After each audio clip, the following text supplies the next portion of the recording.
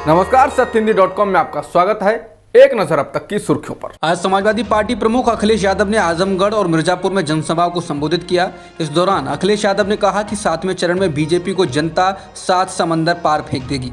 अखिलेश ने कहा कि वैसे तो बीजेपी कहती है कि वो दुनिया की सबसे बड़ी पार्टी है, लेकिन हम और आपने देखा है ये डबल इंजन की सरकार और इसके नेता लगातार झूठ बोल रहे हैं। अखिलेश ने कहा कि इस बार इतना धुआंधार वोट होगा कि बीजेपी के लोग धुआं हो जाएंगे। अखिलेश ने कहा कि बीजेपी के लोग कह रहे थे कि वो गर्मी निकाल देंगे, लेकिन जब से वोट पड़ा है तब से बीजेपी के नेता ठंडे पड़ गए हैं। अखिलेश यादव ने आजमगढ़ में कहा कि बीजेपी के नेता और कार्यकर्ताओं ने अपनी गाड़ियों से झंडे उतार लिए हैं। जब आजमगढ़ में बूथों पर वोट पड़ेगा तो बीजेपी के बूथों पर भूत नाचेंगे। जो लोग गर्मी निकालने की बात कह रहे हैं उनकी जनता भाप निकाल देगी। अखिलेश ने कहा कि आपने गाना सुना होगा कि यूपी में काबा। अखिलेश बोले यूपी में इस बार बाय बाय बा बाबा। पीएम मोदी ने आज वाराणसी ग्रामीण में जनसभा को संबोधित किया। पीएम मोदी ने कहा ये चुनाव प्रो इनकम्बेंसी चुनाव है।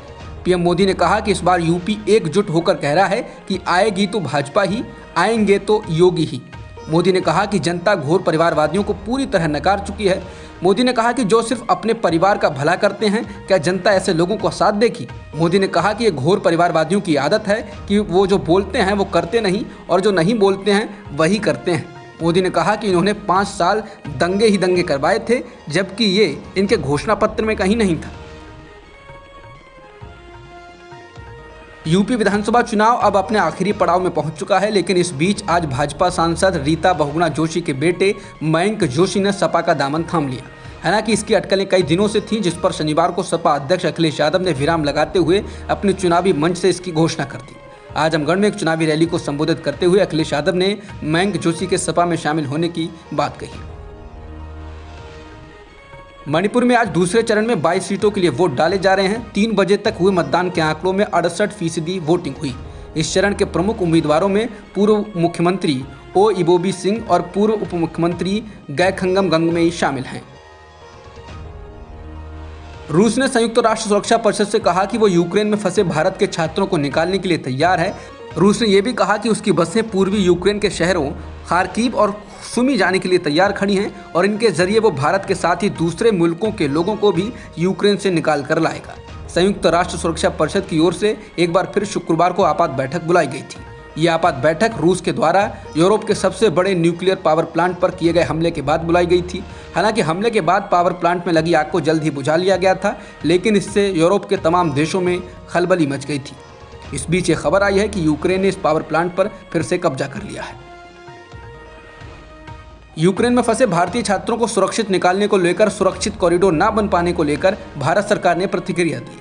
भारत के विदेश मंत्रालय के प्रवक्ता अरिंदम बागची ने कहा कि भारत सुमी से भारतीय छात्रों की सुरक्षित वापसी को लेकर काफ़ी चिंतित है। उन्होंने ट्वीट कर कहा कि हम कई चैनलों के जरिए रूसी और यूक्रेनी सरकार पर दबाव डाल रहे हैं, जिससे तुरंत संघर्ष विराम हो और भारतीय छात्रों के लिए एक सुरक्षित कॉरिडोर। रूस ने यूक्रेन के 2 शहरों में अस्थायी सीज फायर का ऐलान किया है। इन शहरों के नाम मारियुपोल और वोल्नोवाखा हैं। सीज फायर के दौरान इन दोनों शहरों के लोग यहां से बाहर निकल सकते हैं। यूक्रेनी शहर मारियुपोल के डिप्टी मेयर सेरेई ओरलोफ ने कहा कि संघर्ष विराम के समझौते के बाद हमने अपनी प्रक्रिया शुरू कर दी और लोगों को युद्धग्रस्त इलाकों से निकालने का काम शुरू हो गया है। हमने 50 बसों का इंतजाम किया है और मुझे लगता है कि 5 से 6 हज़ार लोग बसों में सवार होकर जयपुरिया से निकल सकते हैं। उन्होंने कहा कि सीज फायर जारी रहा तो बसों और निजी कारों से कम यहाँ से 7 से 9 हज़ार लोग निकल सकते हैं। रूसी रक्षा मंत्रालय ने 2 शहरों में सीज फायर का ऐलान करते हुए कहा कि मॉस्को के समयानुसार सुबह 10 बजे और भारतीय समयानुसार शनिवार दोपहर 12:30 बजे से मारियुपोल और वोल्नोवाखा के लिए मानवीय कॉरिडोर खोले जाएंगे। इस दौरान लोग शहर छोड़ सकेंगे। रूसी सेना की ओर से कहा गया कि मॉस्को के समय अनुसार सुबह 10 बजे से इन दोनों शहरों में हमले रोक दिए जाएंगे, जिससे आम लोग शहर को छोड़ सकेंगे। चीन ने शनिवार को घोषणा की है कि वो 2022 में अपने रक्षा बजट में 7.1% की बढ़ोतरी करेगा। अमेरिका के बाद सबसे बड़ा रक्षा बजट चीन का ही है। इससे पहले बीते साल चीन ने 6.8% की बढ़ोतरी की थी। चीन की सरकार ने वित्त वर्ष 2022 के लिए 17.57 लाख करोड़ रुपए, करीब $229.5 बिलियन का रक्षा बजट प्रस्तावित किया है। रिपोर्ट्स के अनुसार अगर इसकी तुलना भारत से की जाए तो ये वृद्धि भारत के 5.25 लाख करोड़ के रक्षा बजट से 3 गुना ज़्यादा है।